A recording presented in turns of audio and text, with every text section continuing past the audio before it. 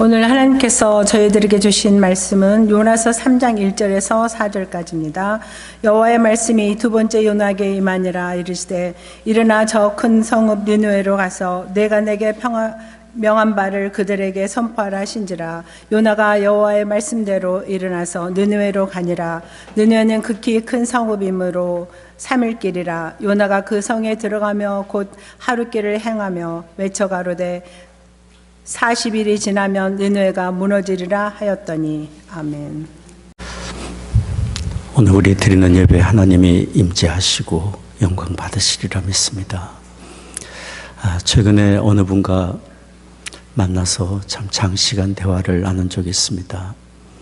그분이 살아온 인생 여정, 공부했던 일, 또 성장 과정에서 겪었던 아픔들, 또 부모님과의 관계, 또 형제들과의 관계, 참 많은 이야기를 들려주셨습니다. 저는 그분의 이야기를 들으면서 이런 생각이 들었습니다. 우리 사람의 삶의 이야기는 곧 하나님의 은혜의 이야기이다. 우리 사람의 삶의 이야기는 곧 하나님의 은혜의 이야기다라는 생각이 들었습니다. 제가 그런 생각이 들은 것은 그분의 이야기를 들으면서 하나님께서 그분을 아시고 기억하시고 돌보시고 인도해 주신 삶에 하나님의 관여하신 은혜의 흔적들이 너무도 많이 보여지고 느껴졌기 때문입니다. 사실 우리가 다 몰라서 그렇지 우리의 삶의 매 순간순간마다 하나님의 은혜 속에 우리가 살아가고 있습니다. 언제가 우리 계리정 장로님 말씀하신 것처럼 하나님의 은혜가 아니면 사실 우리가 한순간도 살 수 없는 우리들입니다. 오늘 함혁 권사님 읽어주신 요나서 3장은 바로 하나님의 은혜가 요나에게 어떻게 임했는지 보여주는 말씀입니다. 우리가 요나서 1장부터 쭉 말씀을 들어왔습니다. 요나서는 저는 제목을 이렇게 붙여보고 싶습니다. 하나님의 은혜의 이야기. 하나님께서 죄로 멸망에 처한 니느웨에 그들을 아끼고 사랑하셨기 때문에 그대로 둘 수 없으셨고 요나를 부르셔서 그곳으로 보내어 그들을 깨우쳐서 구원받게 하시려고 요나를 부르셨습니다. 하나님의 전적인 은혜의 이야기가 요나서 1장에 나오지 않습니까? 그러나 하나님의 부르심을 받고도 요나는 미운 감정에 니느웨로 가고 싶지 않은 마음에 도망쳤습니다. 도망치는 요나를 하나님은 그대로 두지 않았습니다. 쫓아가시며 그의 길을 가로막으셨습니다. 풍랑으로 길을 가로막으시고 바다에 던져진 그를 고기를 보내서 살려주시고 회개할 기회를 주시고 그의 삶에 깊이 죽음의 목전까지 관여하신 하나님의 은혜 이야기가 요나서 2장에 기록되어 있지 않습니까? 그 하나님께서 오늘 여기 요나서 3장에 어떻게 요나에게 다시 찾아오셔서 은혜를 베푸시는지 말씀해 주고 있습니다. 요나서 3장의 제목을 단다면 이렇습니다. 다시 한번 기회를 주시는 하나님. 다시 한번 기회를 주시는 하나님. 오늘 말씀을 보십시오. 요나서 3장 1절 2절 말씀입니다. 여러분 보이시면 같이 읽겠습니다. 여호와의 말씀이 두 번째 요나에게 임하니라. 이르시되 일어나 저 큰 성읍 니느웨로 가서 내가 내게 명한 바를 그들에게 선포하라 하신지라. 여호와의 말씀이 두 번째 처음 명령에 거절하고 도망쳤던 요나를 가로막으시고 깨우치시고 회개시키신 하나님께서 다시 한번 그의 삶에 관여하시고 다시 한번 세컨드 타임 기회를 주시는 하나님.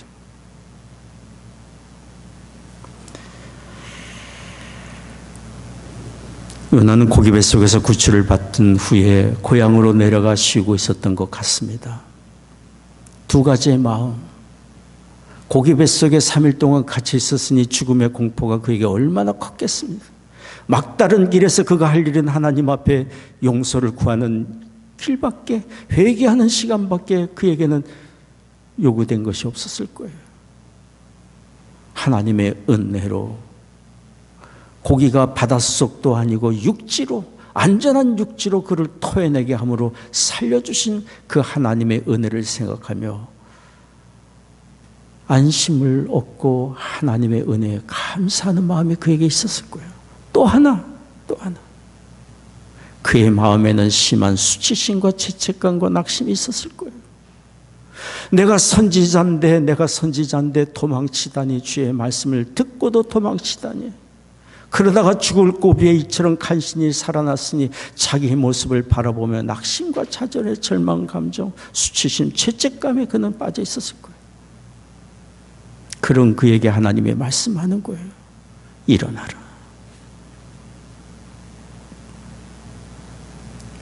다시 기회를 줄 테니까 일어나라.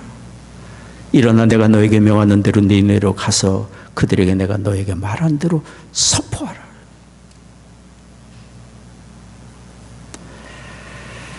긍휼과 자비에 풍성하신 하나님은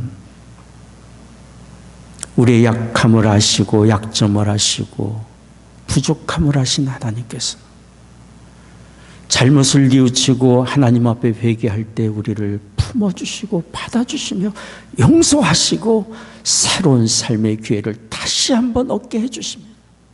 이 은혜로 우리가 살아갑니다. 최근 어느 청년과 대화를 나눌 때 그 청년이 저한테 이런 얘기를 했습니다. 요즘 직장에서는 한 번 실수하면 더 이상 기회를 주지 않고 바로 해고해 버린다고 그랬어요. 그렇지 않은 것도 있겠지만 많은 사람들이 긴장 속에서 일터에서 일을 한다고 합니다. 그럴 수 있을 것입니다. 당장의 기업의 이윤을 생각한다면 실수를 용납할 수 없을 거예요. 그런 사람 말고도 잘하는 사람 또 고용하면 되니까요. 그러나 기업의 이윤보다 사람을 귀히 여기고 사람을 키우려고 하는 마음을 갖는다면 작은 실수를 기다려주고 용납하고 격려해주는 여유도 얻을 수 있을 것입니다. 창조주 하나님, 우리의 영존하신 아버지가 되시는 하나님은 우리가 우리를 아끼고 사랑하는 것보다 더 우리를 아끼고 사랑하시는 그 하나님께서는 일보다 우리 사람을 귀히 여기십니다. 궁극적으로 능력을 행하시는 분은 하나님이시기 때문에, 역사하시는 분은 하나님이기 때문에 깨우쳐 다시 일으켜 세우고 주님의 일꾼으로 우리를 삼기 위하여 참으시고 기다리시고 연단하시며 다시 한번 중심으로 회개하는 우리 중심을 받으시고 일으켜 세워주시는 하나님이십니다.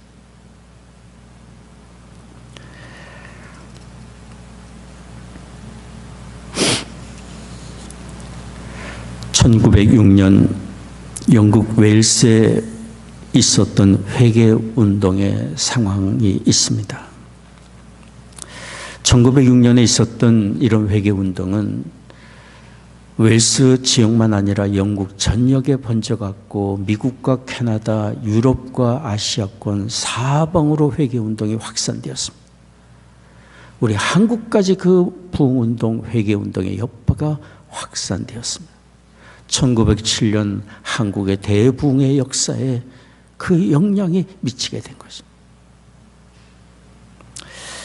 이렇게 영국 웨일스에서 일어났던 회개의 운동에 한참일 때에 웨일스 남부 해안가의 조선소에서 일하던 노동자들의 마음에 하나님의 성령의 깨우치심이 강력하게 일기 시작했어요. 그동안 조선소에서 일하면서 아무런 죄책감 없이 수치심 없이 공구와 물건들 그냥 가져다 썼습니다. 집으로 가져가고 자기 필요에 가져다가 외부에 나가서 사용했습니다. 성령이 그들의 심령에 만져주고 회개운동이 일어날 때 노동자들의 마음에 이거는 절대로 하나님이 기뻐하시는 일이 아니라는 각성이 일기 시작했어요. 이대로 있어서는 안 되겠다는 부끄러움과 수치심에 하나님 앞에 회개의 무릎을 꿇기 시작했어요. 그들은 말로만 회개한 것이 아니라 자신들의 일터에서 가져다 쓴 물건들을 하나씩 둘씩 조선소에 갖다 놓기 시작했어요. 그렇게 며칠 동안 물건들이 조선소로 돌아오던 어느 날 조선소 앞에 이런 편말이 세워지게 됐어요. 더 이상 가져오지 마십시오. 쌓일 곳이 없습니다. 더 이상 쌓을 곳이 없습니다. 훔친 장비를 다시 가져오지 말고 그대로 써도 좋습니다. 영국 웨일스에 있었던 회개 운동의 아름다운 한 장면이에요. 진정한 회개에 용서에 감동이 있고 참된 자유함이 있고 새로운 삶의 발걸음을 내디는 기쁨이 있습니다. 진정한 회개. 참으로 중심으로 회개하고 주 예수 그리스도 앞에 무릎을 꿇는 우리를 하나님이 받으시고 깨끗게 하시고 하나님의 거룩하고 온전한 자녀로 삼아주시면 이제는 내 자녀로 살자. 나와 함께 가자.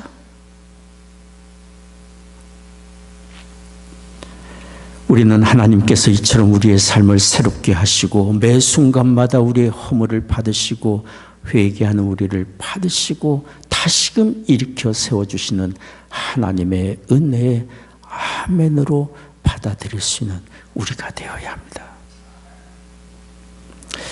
하나님은 우리를 온전케 하시고 이제는 되었다 말씀하시는데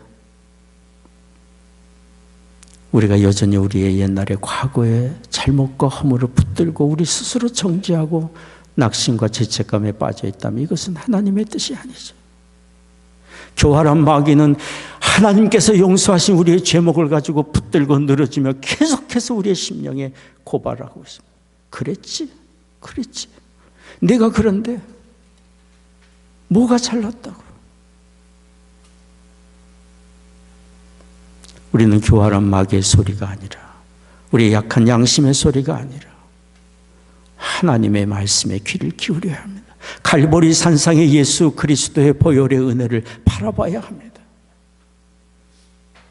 온전케 하시고 깨끗게 하시고 다시금 세우시며 하나님과 동행하는 새로운 삶의 길을 가도록 이끄시는 하나님의 음성에 귀를 기울여야 합니다.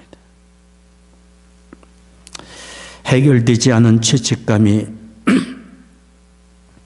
우리 자신을 무가치하게 여기게 만들고 낮은 자존감을 만들고 낮은 자존감은 우울함을 만듭니다.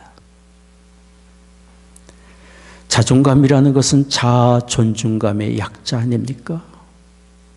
하나님이 우리를 귀히 여기고 아끼고 온 천지 만물보다 우리 한 사람을 주목하시고 특별한 뜻과 계획을 가지시고 우리를 인도하고 계시는 존귀한 우리이지만 자존감에 병들고 상처받으면 스스로 가치 없게 여기고 낮은 자존감, 우울함에 빠지게 됩니다.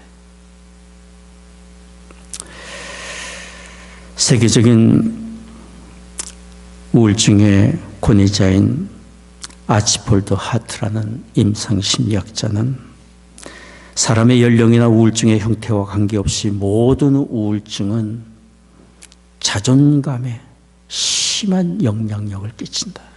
그런 얘기를 했어요. 낮은 자존감이 우울증에 빠지게 만들고 우울증의 현상 속에는 낮은 자존감, 자신을 무가치하게 여기는 그런 증상에 시달리게 만듭니다. 아치폴드 하트 박사는 우리 자녀들이 우울증에 만약에 빠져 있다면 치료하기 위하여 낮은 자존감을 회복시켜주는 적극적인 노력이 필요하다고 그랬어요. 그러기 위해 적어도 4가지 단계가 필요하다고 그랬어요. 첫 번째는 하나님과의 근본적인 관계예요. 이미 하나님이 용서하셨고 귀히 여기시는 하나님의 음성을 듣고 그 약한 자리에서 일어나도록 돕는 것입니다. 사람의 감정과 세상의 판단이나 자기의 생각이 아니라 하나님의 생각을 알고 그분의 생각을 받아들일 때 자신이 얼마나 사랑받는 보배롭고 존귀한 사람인지를 깨달을 때 낮은 자존감에서 스스로 일어날 수 있기 때문이에요. 분명히 성경은 우리에게 말하지 않습니까? 주 예수 그리스도를 통하여 하나님께서는 우리를 향한 사랑을 보여주시고 증거해 주시고 확증해 주셨다고 말씀하고 있지 않습니까? 성경을 보십시오. 요한일서 4장 9절 말씀입니다. 요한일서 4장 9절 같이 읽겠습니다.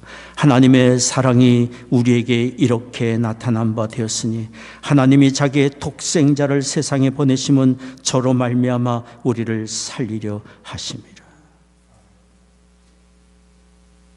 나도 나를 사랑하지 않고 나도 나를 인정하지 않는데 누가 나를 사랑하느냐 얘기하는 사람에게 보여줘야 합니다. 하나님이 사랑하신다. 그 증거가 갈보리 산상의 십자가이다. 주님의 희생. 두 번째는 과거가 아니라 미래를 바라보도록 도와주어야 합니다. 과거에 내가 이렇게 실패했고 지금 내 모습이 이렇게 연약하고 참으로 누구에게도 인정받지 못하는 내 모습, 과거 나의 약점 거기에 매여 있는 것이 아니라 미래를 바라보도록 도와주는 거예요.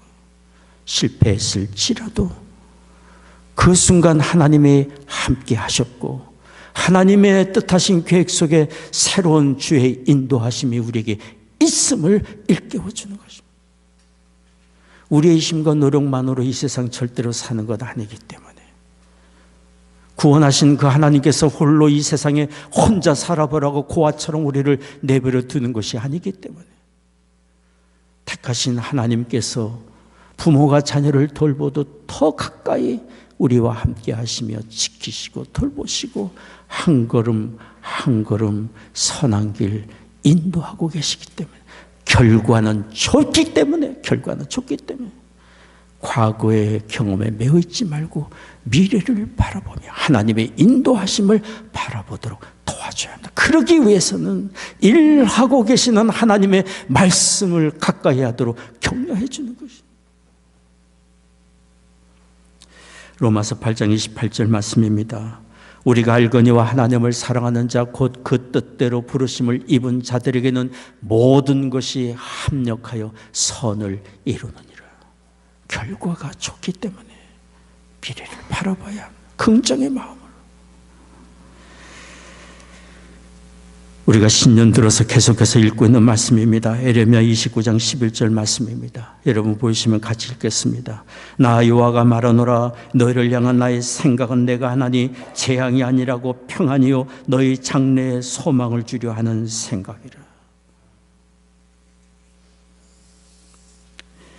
어느 청년이 이 성경 구절이 자기에게는 너무도 큰 도움이 된다고 얘기를 했어요. 우리 모두에게 필요한 말씀이에요. 하나님을 경험하기 위해서는 우리를 향한 하나님의 생각을 알아야 되지 않습니까? 우리를 향한 하나님의 생각은 결코 저주가 아니고 재앙이 아니고 평안을 주는 것이고 형통한 길로 인도하기 위한 것이에요. 세 번째입니다. 적극적으로 인정하고 격려하고 사랑의 표현을 해주는 것입니다. 우리 각 사람에게 하나님의 특별한 계획이 있고 누구에든지 있고 하나님이 주신 아름답고 귀한 자원들이 우리에게 다 있음을 일깨워주는 거예요. 남과 비교할 때 우리는 우울함에 빠질 수밖에 없지만 남과 비교해도 여전히 나에게 있는 하나님이 주신 자원, 재능과 은사가 있음을 바라본다면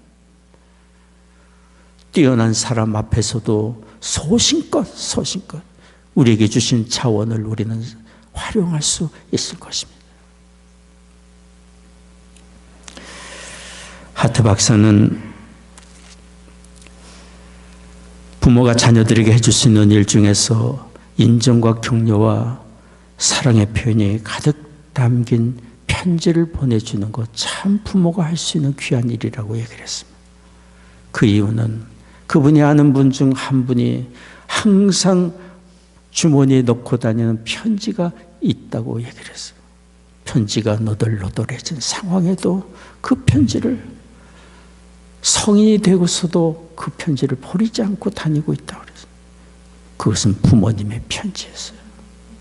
내가 얼마나 사랑받는 아이인지, 얼마나 귀한 아이인지, 하나님이 주신 자원이 너에게 얼마나 큰지 일일이 써준 사랑의 편지예요. 인정과 존중과 격려의 편지였어요. 스스로 낙심에 빠져 있을 때, 세상 사람 다 외면하고 있을 때 누군가 한 사람이라도 인정과 지지와 격려를 해줄 수 있다면 우울함을 벗어날 수 있을 것입니다. 그것이 부모라면 얼마나 좋고, 형제간이라면 얼마나 좋고, 믿음의 공동체 안에서의 성도 관계라면 얼마나 복된 일이겠습니까? 마지막 네 번째입니다. 자신의 감정에 집착하기보다 다른 사람을 돕고 섬기는 일에 더욱 관심을 갖도록 돕는 것입니다. 우리 자신의 감정에, 내 모습에 집착할수록 우리는 더욱 낙심에 빠질 수밖에 없습니다. 그러나 우리는 다른 사람에게 관심을 갖고 돕고 섬기며 자신이 얼마나 귀한지 자신의 가치감을 더욱더 느낄 수 있기 때문에,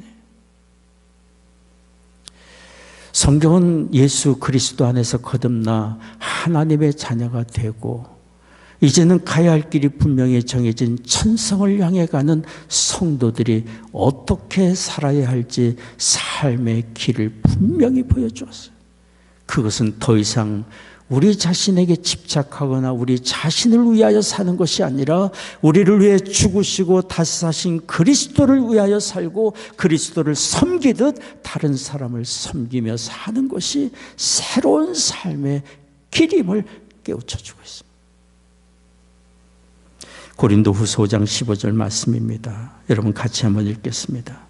제가 모든 사람을 대신하여 죽으심은 사한 자들로 하여금 다시는 저희 자신을 위하여 살지 않고 오직 저희를 대신하여 죽었다가 다시 사신 자를 위하여 살게 하려 함이니라. 여기 하트 박사가 제안한 네 가지 전략은 사실 우리들의 자녀들에게 필요하고 우리 자신에게 필요하고 우리 모든 사람들에게 참 필요한 전략들입니다. 우리 주님은 주님을 따르는 제자로서의 삶에 실패했던 베드로에게 그렇게 하셨습니다. 예수님을 3번이나 부인하고 나중에는 저주하면서까지 예수님을 모른다고 부인했던 베드로의 심정이 어떻겠습니까? 동료들과 함께 디베라 바닷가에 가서 고기잡이를 하며 그의 심정은 정말 죄책감과 수치심과 낙심과 좌절의 감정에 빠져 있었을 거예요. 죽음에서 다시 사신 주님이 디베랴 바닷가를 찾아오셨고 베드로와 함께 해변가를 걸으면서 말씀하셨어요. 베드로야, 내가 나를 사랑하느냐?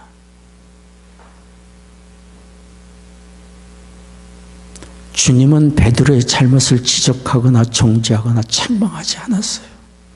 그의 마음에 남아있는 주님을 향한 사랑, 그것을 일깨워 주었어요. 내가 나를 사랑하지? 죽음의 두려움 앞에 잠시 실수하고 실패했지만 내가 나를 여전히 사랑하지?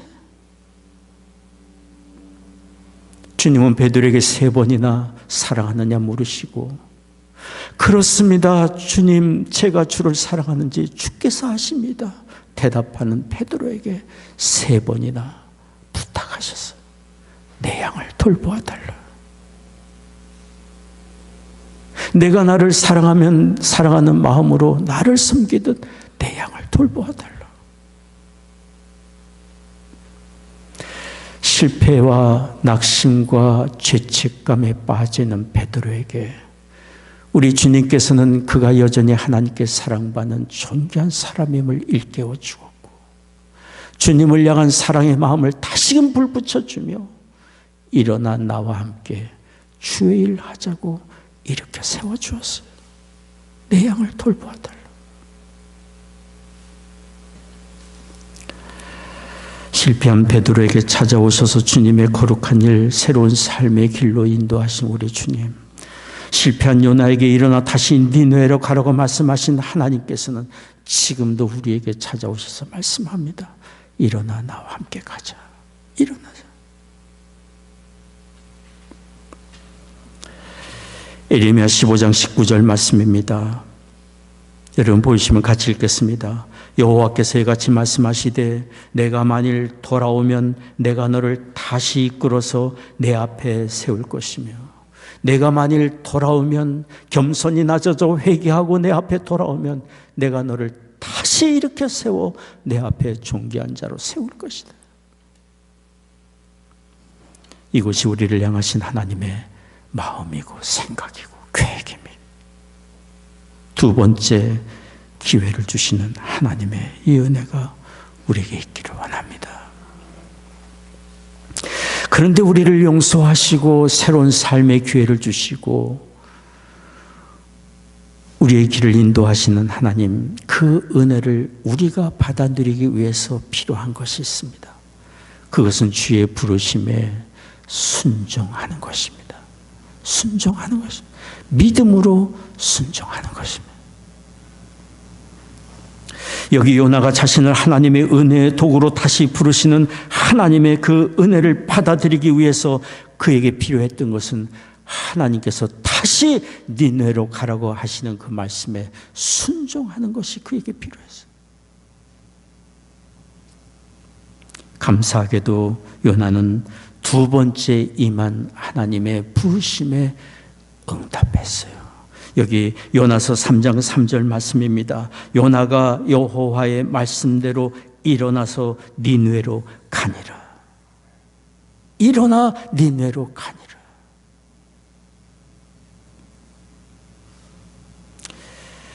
요나가 이렇게 순종의 사람으로 변한 이유가 무엇입니까? 첫 번째 부르셨을 때 일어나 도망쳤던 그가 두 번째 부름을 받았을 때 일어나 하나님이 가라 하시는 니느웨로 순순히 가게 된 이유가 뭡니까?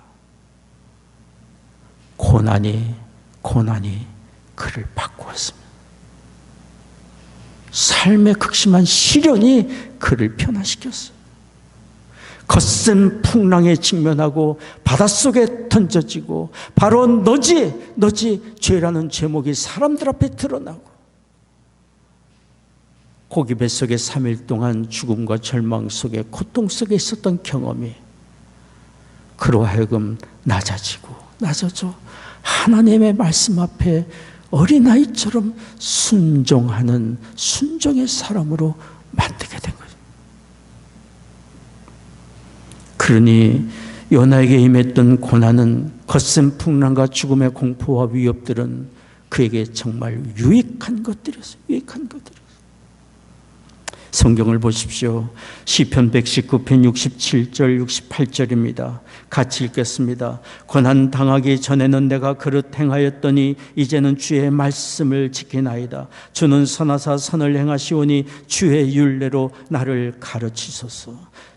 71절 72절도 같이 읽겠습니다. 고난당하는 것이 내게 유익이라 이로 인하여 내가 주의 율례를 배우게 되었나이다. 주의 입의 법이 내게는 천천 금은보다 승하니이다. 우리는 자녀들이 어려움을 당하는 것 정말 원치 않습니다. 자녀들이 어려움을 당할 때 부모의 마음은 자녀들의 마음보다 더 아프고 힘듭니다.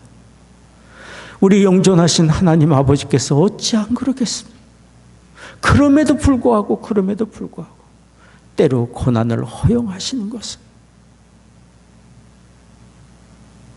온전한 순종의 사람 되게 하기 위해서, 그래야 의의 길 가고 그래야 하나님이 예배하신 복된 길로 가고 그래야 존귀한 삶을 살 수 있기 때문에, 그래야 우리의 삶을 통해 하나님의 선하신 뜻이 이루어지고 성취될 수 있기 때문에 아파하시면서도 우리를 위하여 순종의 사람 만들기 위해 때로는 고난을 허용하시는 하나님.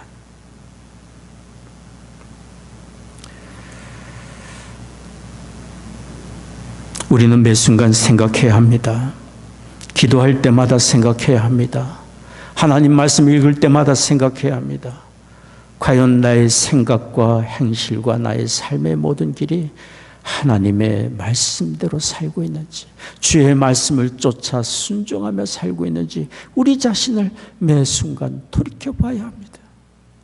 이것이 복 있는 자의 삶이고 길이기 때문이에요. 들어야 들을 수 있고, 들어야 인도하심을 받을 수 있고, 들어야 하나님의 말씀을 쫓아 사는 순종의 사람이 될 수 있어요.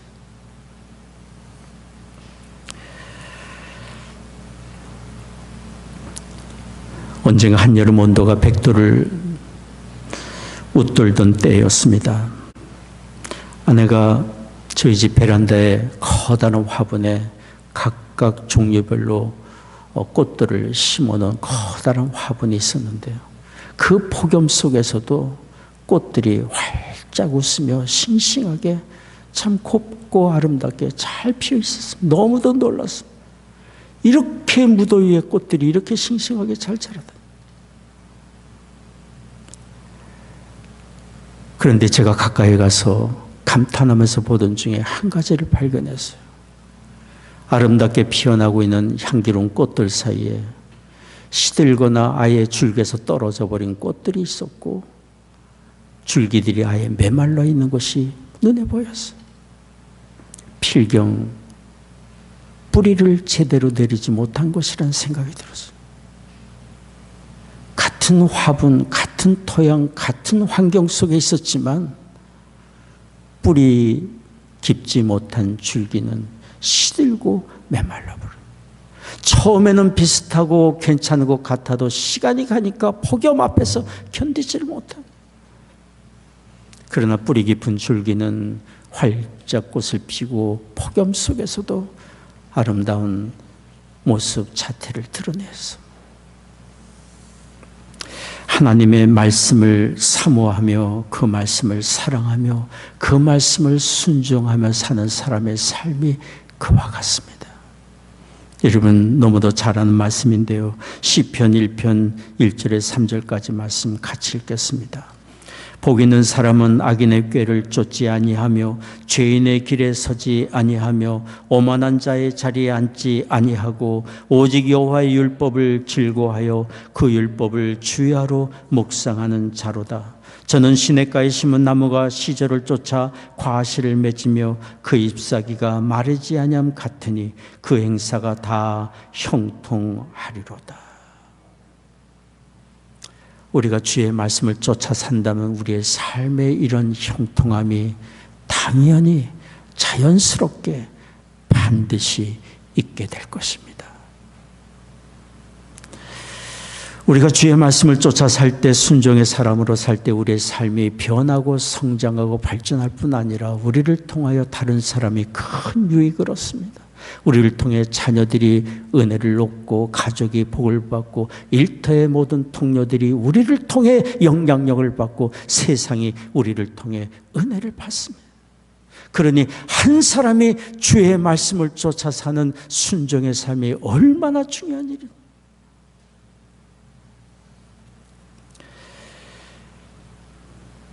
여기 요나 한 사람이 하나님 말씀에 순종하여 니네로 갔을 때 나타난 결과가 무엇인지 요나서 3장에 말해줍니다. 니느웨의 12만 명의 사람들이 하나님의 진노와 심판에서 구원을 받았습니다. 니느웨의 12만 명이 요나 한 사람의 순종으로 구원을 받게 된 거예요. 성경을 보십시오. 요나가 3일길이나 되는 큰 성 니느웨로 들어가서 하루 동안 다니며 회개를 외쳤습니다. 요나서 3장 4절 말씀입니다. 40일이 지나면 니느웨가 무너집니다. 40일이 지나면 니느웨가 무너집니다. 하나님의 심판이 작정되었습니다. 외치고 다녔어요. 하루길을 다녔어요. 놀라운 것은 낯선 외국인 요나가 회개하라고 외치는 그 말에 하나님을 모르는 니느웨 성 사람들이 하나님에 대한 두려움을 갖게 되었고, 온 백성이 금식하며 베옷을 입고 회개의 무릎을 꿇게 된 거예요. 이 소문이 왕에게 들리자 왕도 베옷을 입고 제 가운데 앉아 회개했습니다. 그뿐만 아니라 조서를 내려 온 백성에게 한 마음으로 하나님 앞에 회개하라고 외쳤습니다. 그 내용이 바로 요나서 3장 8절 9절 내용이에요. 여러분 같이 읽겠습니다. 사람이든지 짐승이든지 다 굵은 배를 입을 것이요 힘써 여호와께 부르짖을 것이며 각기 악한 길과 손으로 행한 강포에서 떠날 것이라. 하나님이 혹시 뜻을 돌이키시고 그 진노를 그치사 우리로 멸망치 않게 하시리라. 그렇지 않을 줄 누가 알겠느냐. 하나님은 뜻을 돌이키시는 분이 아닙니다. 공의의 하나님, 작정하신 대로 일을 행하시는 하나님이십니다. 그러나 겸손히 낮아져 회개하는 심령을 하나님은 긍휼히 여기시고 뜻을 돌이키시고 재앙을 거두시고 심판을 거두시고 구원의 은혜를 베푸시는 사랑의 하나님이십니다. 요나서 3장 10절이 말합니다. 하나님이 그들의 행한 것, 곧 그 악한 길에서 돌이켜 떠난 것을 감찰하시고 뜻을 돌이키사 그들에게 내리리라 말씀하신 재앙을 내리지 아니하시니라. 놀라운 용서의 은혜, 구원의 은혜가 12만 명 니느웨 백성들에게 임하게 된 것입니다. 요나 한 사람의 순종으로 통해서. 우리는 요나서 4장을 이미 오래전 다 읽었기 때문에 압니다. 요나가 정말 중심으로 니느웨 백성들을 사랑하는 마음으로 가서 회개를 외쳤을까? 그들을 향한 적대감과 미움의 감정으로 도망쳤던 그가 얼마나 그 마음이 돌이켰을까?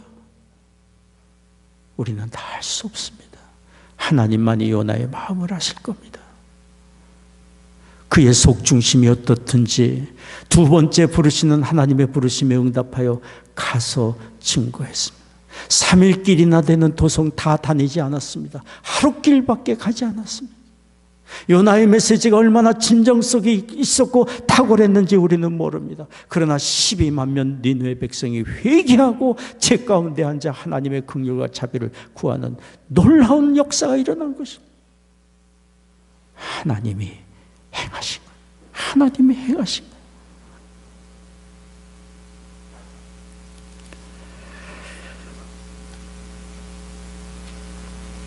우리는 비록 약하고 부족하고 하나님 말씀을 쫓아 순종하며 산다고 할지라도 우리는 여전히 인간적일 수밖에 없을 줄 압니다. 그러나 주의 말씀을 쫓아 살고자 하는 순종의 그 중심을 보시는 하나님께서 우리를 통해 아름답고 위대한 역사, 사람을 살리고 세우고 축복하는 놀라운 역사를 하나님이 친히 순종하는 우리를 통하여 이루십니다. 역사하십니다.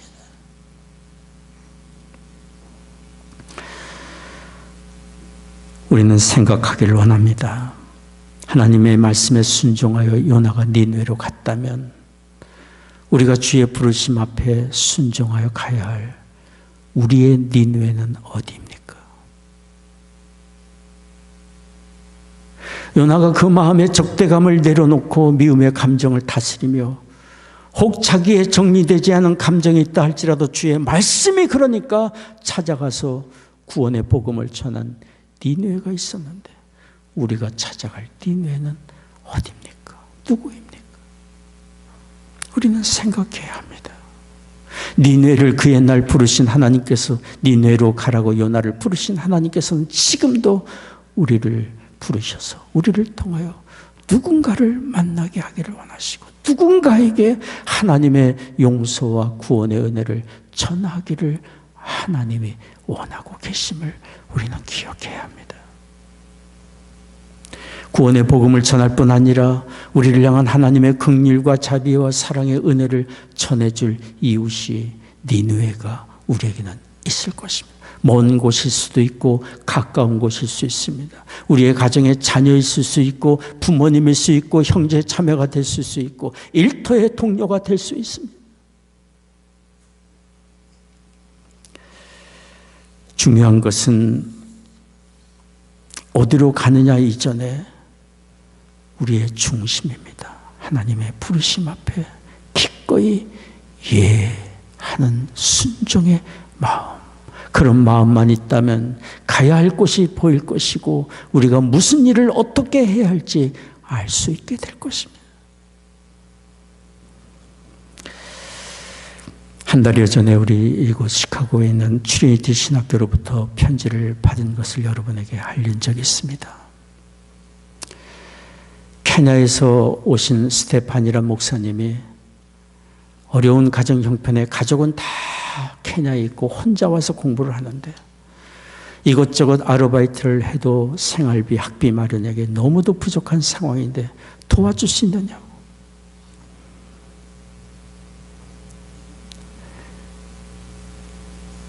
우리 교회 선교부장님 계리 장로님께 말씀을 드렸습니다. 계리 장로님이 이렇게 말씀하셨어요. 우리가 직접 케냐에 가지도 못하는데 케냐에서 오신 목사님 공부하시고 그 땅으로 다시 돌아가 전도하겠다고 하시는데 우리가 마땅히 도와야 되지 않겠습니까?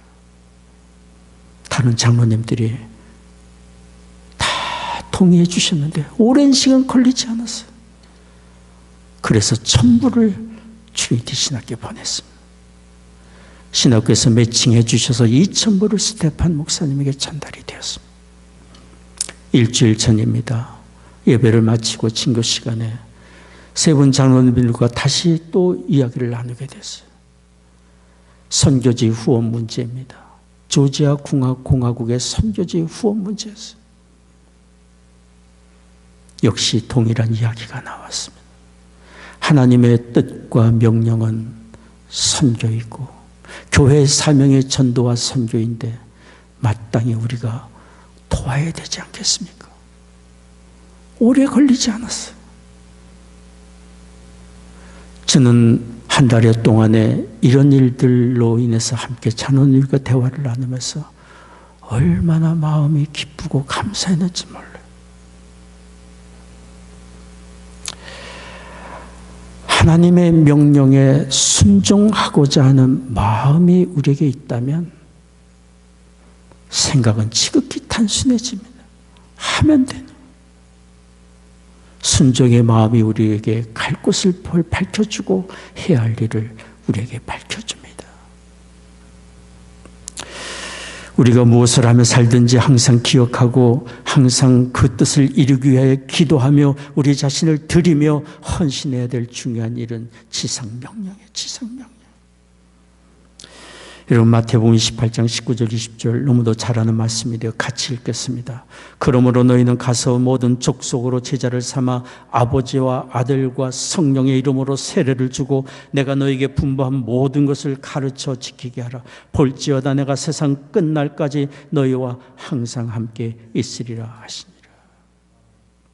가라 하신 주님께서 함께 하시겠다고 말씀하시고 보내신 주님께서 매 순간 모든 일에 동행하시겠다고 말씀하고 계십니다.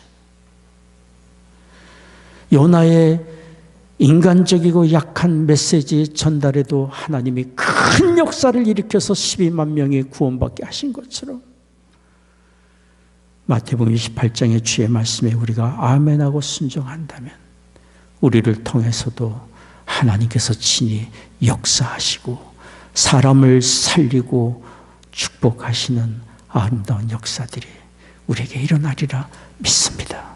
이 사순절 기간에 우리를 향하신 주의 명령을 한 번 더 깊이 생각하고 좀 더 순종하는 우리가 되기를 원합니다. 기도하겠습니다. 자비로우신 아버지 하나님, 사람을 통하여 크고 아름다운 일들을 이루기를 원하신 하나님, 비록 약하고 부족하고 허물투성인 우리라 할지라도 주의 부르심에 순종하는 우리를 통하여 사람을 살리고 구원하시는 놀라운 역사를 이루시는 하나님을 찬양합니다. 낮은 자존감, 실패감, 낙심의 자리에서 일어나 주의 부르심에 응답하는 우리가 되게 하여 주옵소서. 예배하며 주 앞에 헌금을 구별하여 드립니다. 우리의 심령을 드리며 삶을 드립니다. 허락해 주신 가정마다 믿음과 사랑으로 든든히 세워져 가게 하여 주옵시며, 우리의 사랑하는 자녀들 이룬 가정과 학업의 현장과 일터에 하나님 함께해 주시사 주 안에서 건강과 형통의 은혜 큰 기업을 이루게 하여 주옵시며, 주의 말씀을 쫓아 순종하며 사는 순종의 자녀들이 되게 하여 주옵소서. 성도들 가정에 경영하는 사업마다 다 잘되게 하시고 일터마다 복된 장소들이 되게 하여 주옵소서. 육신이 연약한 교우들이 있습니다. 하나님의 시간 치유의 광선을 비추어 주시사 모든 질병과 연약함 굴복하여 떠나가게 하여 주옵소서. 사랑하는 조국과 북녘 땅 하나님의 은혜 장중에 의탁합니다. 이 나라를 주의 의의 도구로 또한 사용해 주옵소서. 전쟁 중인 곳마다 하나님 임재하시사 아버지 속히 평화를 얻게 하여 주옵소서. 감사하며 우리 주 예수님의 이름으로 기도하옵나이다.